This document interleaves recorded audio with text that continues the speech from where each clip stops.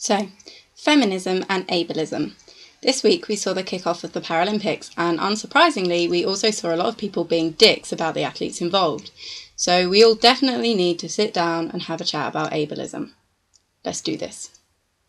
Those who are familiar with the feminist community will not be surprised to hear me say that it does have a lot of faults, namely that mainstream feminism for many years since it came into being has mainly been interested in liberating white, middle-class, cisgendered feminists and screw everybody else.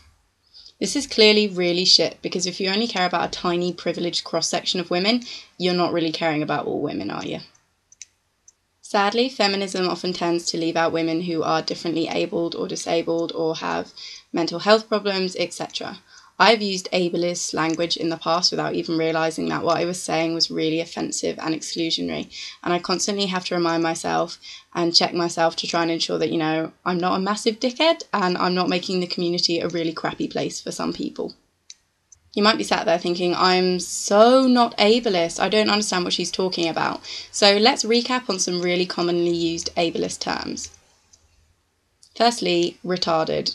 If I ever see or hear you say this, I will instantly just stop listening to you, as you've really just revealed to the entire world what a massive arsehole you are.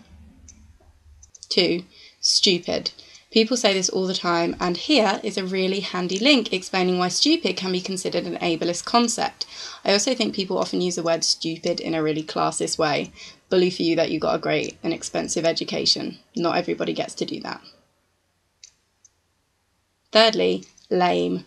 I'm guilty of saying this, and it's a really crappy thing to do.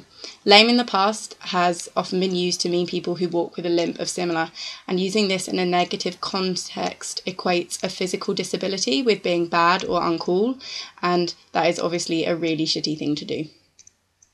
It's really not my place to be sat here and lecturing you all about ableism.